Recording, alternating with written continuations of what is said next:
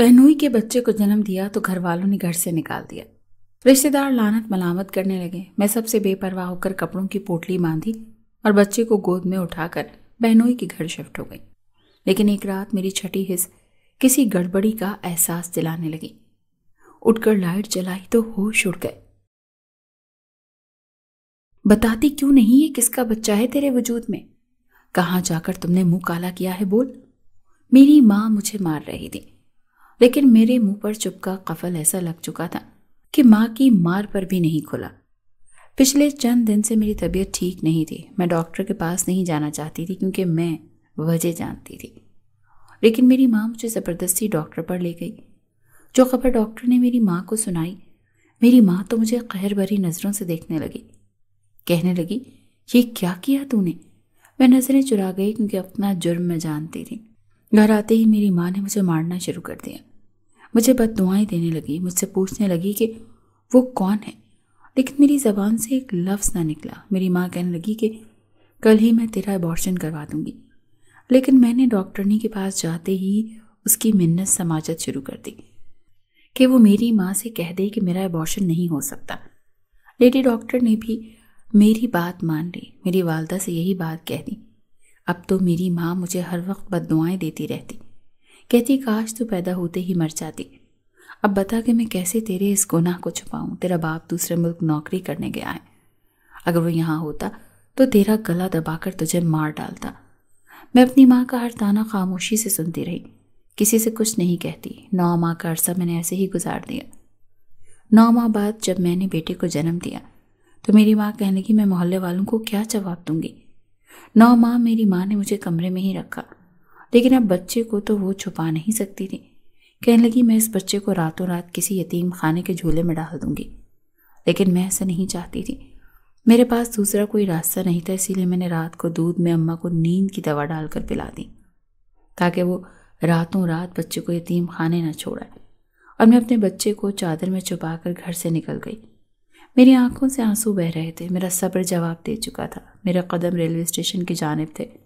جانتی تھی کہ ایک وہی شخص ہے جو مجھے سہارا ضرور دے گا، انکار نہیں کرے گا۔ میرے ہاتھ میں اس وقت اتنی رقم تھی کہ میں لاہور جا سکتی تھی۔ مین روڈ پر گئی، رکشہ لیا اور اسٹیشن پہنچ گئی۔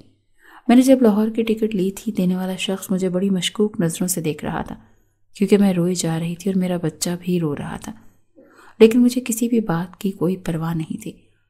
میں نے ٹکٹ لیا، اسٹیشن پر بیٹھ گئی۔ اپنی مطلوبہ ٹرین آنے پر میں اس پر سوار ہو گئی۔ پورا راستہ میں رو کر ہی گزارا تھا۔ جیسے ہی اگلے روز میں لاہور اسٹیشن پر پہنچی تو وہاں سے سیدھا بہنوئی کے گھر گئی۔ جیسے ہی میں نے دروازے پر دستک دی تو دروازہ چوکیدار نے کھولا۔ مجھے دیکھ کر کہنے لگا، او بی بی تم یہاں کیوں آیا؟ میں نے کہا پیچھے ہٹو، مجھے تمہارے صاحب سے ملنا ہے۔ وہ کہنے لگا، چلو چلو نکلو یہاں سے، ہمارا صاحب کبھی تمہیں اپنے گھر میں نہیں رکھے گا۔ لیکن میں نہیں گئی۔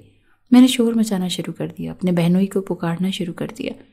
ایک شور شرابہ سمجھ گیا تھا، چوکیدار مجھے گھر کے اندر نہیں آنے دے رہا تھا اور میں زبردستی گھر کے اندر گھسنے کی کوشش کر رہی تھی۔ کچھ ہی دیر میں میرا بہنوئی وہاں آ گیا۔ اسے دیکھ کر میں نے کہا کہ یہ شخص میرا راستہ روک رہا ہے، میں اندر آنا چاہتی ہوں۔ بہنوئی نے مجھے دیکھ کر چوکیدار سے کہنے لگا کہ تم ہوتے کون ہو اس لڑکی کو روکنے والے؟ چوکیدار میرے بہنوئی کو حیرت سے دیکھنے لگا، کہنے لگا، سر جی کیا بھول گئے اس کی بہن نے آپ کے ساتھ کیا کیا ہے اور آپ اس لڑکی کو پناہ دو گے؟ چوکیدار کی بات اپنی جگہ ٹھیک تھی۔ میری بہن نے جو کچھ میرے بہنوئی کے ساتھ کیا تھا، کوئی بھی شخص میری جگہ ہوتا مجھے گھر سے باہر نکال دیتا۔ اصل میں میرا بہنوئی دولت مند تو بہت تھا لیکن خوش شکل نہ تھا۔ میری بہن نے شادی سے پہلے میرے بہنوئی کو دیکھا نہیں تھا۔ ہاں یہ معلوم تھا کہ وہ ایک امیر ترین شخص ہے، اسی لیے خوشی سے راضی ہو گئی تھی۔ میری بہن بہت خوبصورت تھی اور حسن پرست بھی تھی۔ جیسے ہی وہ رخصت ہو کر بہنوئی کے ساتھ لاہور گئی تو 15 دن کے بعد ہی واپس لوٹ آئی۔ ہمیں لگا کہ وہ چند دن ہمارے ساتھ رہنے آئی ہے، لیکن وہ تو آتے ہی میرے والدین سے شکوے شکایات کرنے لگی۔ کہنے لگی، آپ نے دیکھا کیا تھا مظفر میں؟ کالا توے جیسا رنگ اس کا۔ میرے والد نے جب میری بڑی بہن کے منہ سے یہ سب باتیں سنی تو ایک تھپڑ اس کے منہ پر دے دیا۔ کہنے لگے، شرم نہیں آتی تمہیں اپنے شوہر کے بارے میں ایسی باتیں کرتے ہوئے؟ خبردار جو تم نے کوئی بھی ایسی بات اپنے شوہر کے سامنے کی۔ وہ تو اچھا خاصا دولت مند اور شریف انسان ہے، اس کے گھر میں کسی چیز کی کوئی کمی نہیں ہے۔ ایسے رشتوں کے لیے تو لڑکیاں فوراً سے تیار ہو جاتی ہیں اور ہم نے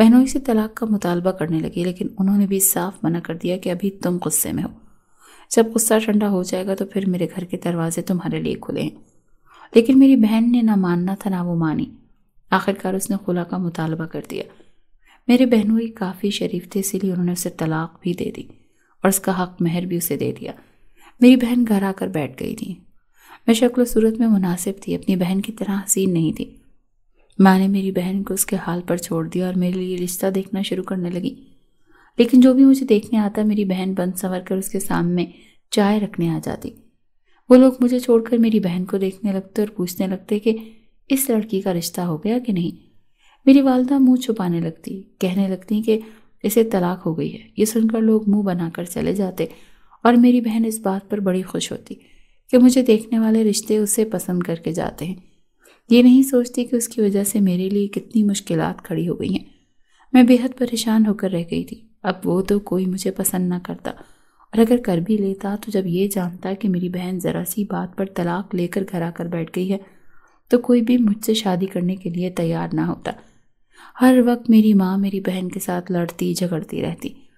میرے والد تو بیرون ملک جو گئے تو واپس آنے کا نام ہی نہیں لے رہے تھے۔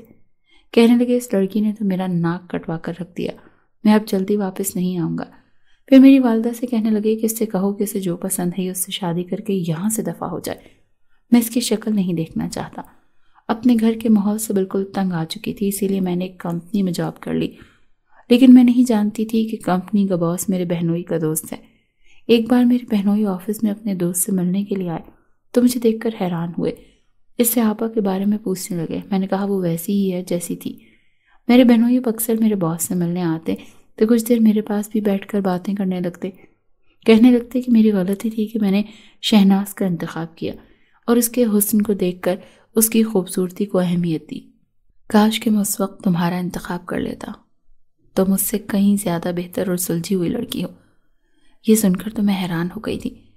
کہنے لگے کہ تمہارا رشتہ نہیں ہوا ابھی تک۔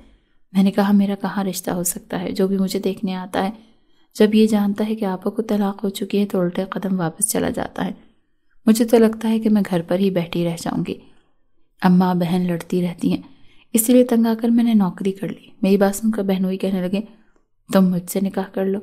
یہ سننا تھا کہ میں تو دمبا خود سی رہ گئی۔ میں نے کہا یہ کیسے ممکن ہے؟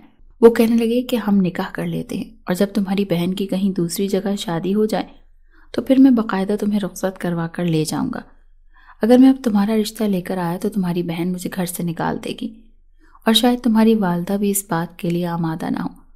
تھوڑا وقت گزر جائے گا تو پھر آسانی ہو جائے گی، ورنہ تمہاری عمر بھی تمہاری بہن کی وجہ سے گزرتی جائے گی۔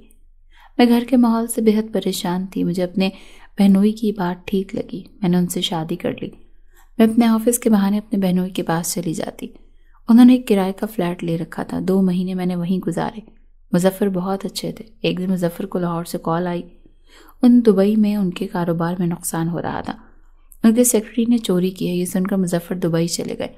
میرا ان سے ٹیلی فون پر رابطہ ہوتا رہتا تھا۔ میری بہن نے ایک اور شخص کو پسند کر لیا جو عمر کا تو تھوڑا زیادہ تھا لیکن دیکھنے میں کافی ہینڈسم تھا، اپنی عمر سے بھی کم لگتا تھا۔ میری بہن کی شادی میں ابھی وقت تھا، میں امید سے ہو گئی۔ پھر میری والدہ یہ بات چھپانے لگی اور میری بہن کو جلدی رخصت کر دیا۔ وہ اپنے گھر کی ہو گئی، لیکن مجھے مظفر نے کہا کہ ابھی تم کسی سے کچھ نہ کہنا، نہیں یہاں پر اپنے کاروباری معاملات کے لیے بڑا پریشان ہوں۔ جیسے ہی کاروباری معاملات ٹھیک ہوئے میں تمہیں آ کر لے جاؤں گا، اور یہاں تمہیں کوئی سنبھالنے والا بھی نہیں ہے، تم بس خاموشی سے اپنا وقت گزارو۔ میں نے ایسا ہی کیا تھا، لیکن اب جو فیصلہ میری ماں کرنے جا رہی تھی وہ مجھے منظور نہیں تھا، اسی لیے میں واپس لاہور چلی گئی۔ اسی رات مظفر دبئی سے لوٹے تھے۔ انہوں نے مجھ سے شادی کا اعلان سب کے سامنے کر دیا تھا۔ میری والدہ کو بھی فون کر کے بتا دیا تھا کہ وہ پہلے ہی مجھ سے نکاح کر چکے تھے، انہیں بس میری آپا کی دوسری جگہ شادی ہونے کا انتظار تھا، اور وہ بچہ بھی انہی کا ہے۔ میں اپنے گھر میں بہت خوشحال زندگی گزار رہی تھی کہ جب میری بہن کا فون آیا۔ وہ کہنے لگی کہ میں بہت بیمار ہوں اور میرا شوہر مجھ سے نفرت کرتا ہے، کہتا ہے کہ تمہارے اندر گھر بسانے کے گن نہیں ہیں، اسی لیے نہ تم پہلے شوہر کے ساتھ گھر بسا سکی اور نہ میرے ساتھ بسا سکتی ہو۔ وہ کہنے لگی کہ اس کے دوسرے شوہر نے بھی اسے طلاق دے دی اور وہ بہت بیمار رہنے لگی ہے اور ماں اسے رکھنے کے لیے تیار نہیں ہے۔ یہ بات میں نے مظفر سے کہی تو وہ کہنے لگی کہ تمہاری بہن ہے، تم چاہو تو اس گھر میں لا سکتی ہو، لیکن میرا اس سے کوئی تعلق نہیں۔ میں اپنی بہن کی محبت میں اپنی بہن کو اپنے گھر لے آئی۔ وہ رونے لگی، کہنے لگی مظفر سے کہو کہ مجھے معاف کر دے، میں نے اس کی قدر نہیں کی، اسی لیے میرے دوسرے شوہر نے میری قدر نہیں کی۔ انسان وہی کاٹتا ہے جو بوتا ہے۔ میں نے اپنی بہن کا بہت خیال رکھا، مظفر نے اسے معاف بھی کر دیا، لیکن پھر بھی وہ جی نہ پائی۔ انسان کا گھمنڈ اسے ہمیشہ زمین پر لا کر پٹکتا ہے۔ یہی میری آپا کے ساتھ ہوا تھا۔